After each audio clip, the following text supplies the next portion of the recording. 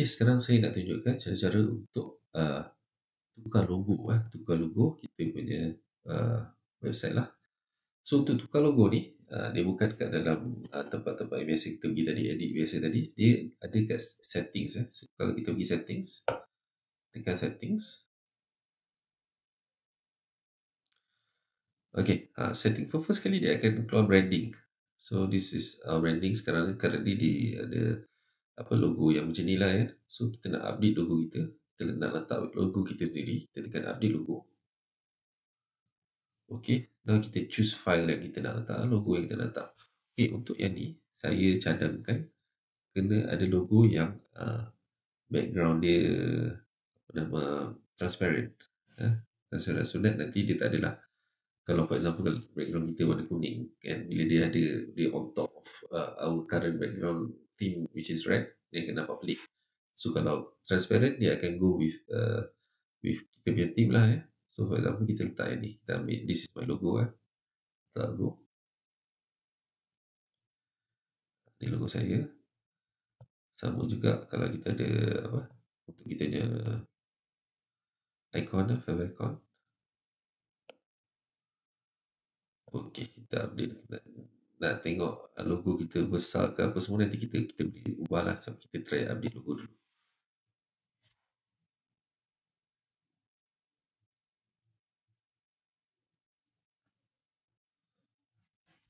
Okay. So now kita nak tengok website kita. Kita pergi balik dekat kita punya dashboard.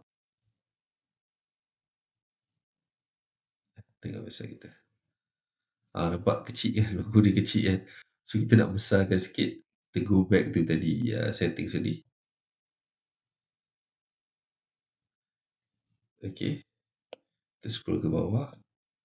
Kita update logo. Update logo. Logo yang tadi juga kita letak semula.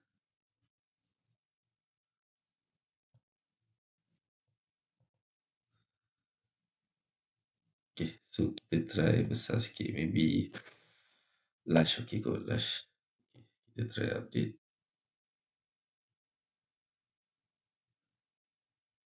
Okay, let's see kita punya page. Still kecil lagi. Kita try besar sikit. Kita try lagi besar ya.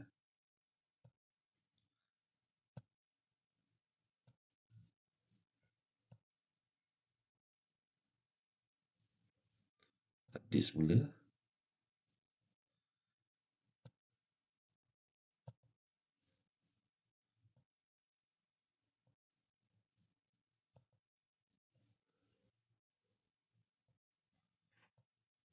Okay, tengok. Okay, kita tak kali ni.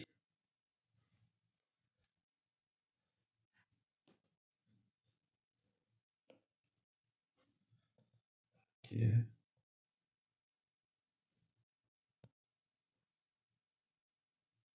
Okay. At least okay sikit lah. So kalau nak lagi besar, kita boleh try lagi besar.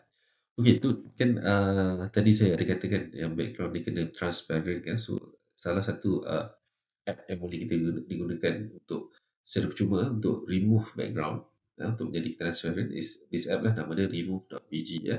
So for example saya bagi contoh, kita punya logo ada background kuning for example background kuning, nampak tak?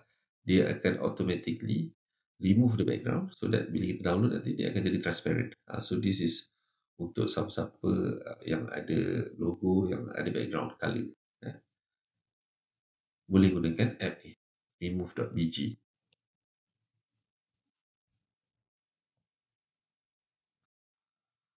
Kalau nak tahu kenapa kita punya website, kita punya logo tu nampak kecil bila kita letak dekat website kita, so it could be because of the logo itself. So for example logo ni, kalau tengok dia is a square logo, tapi dia punya logo ni, bahagian logo dia sebenarnya tak full pun daripada square ni. So maksudnya kalau kita nak lagi besar, kita besarkan lagi sampai kita make use of the space semua ni dalam square ni, so that nanti bila kita letak kat website kita nanti akan jadi besar lah. So those yang nak lagi besar, make sure you make full use of the image yang kita nak attach tu lah.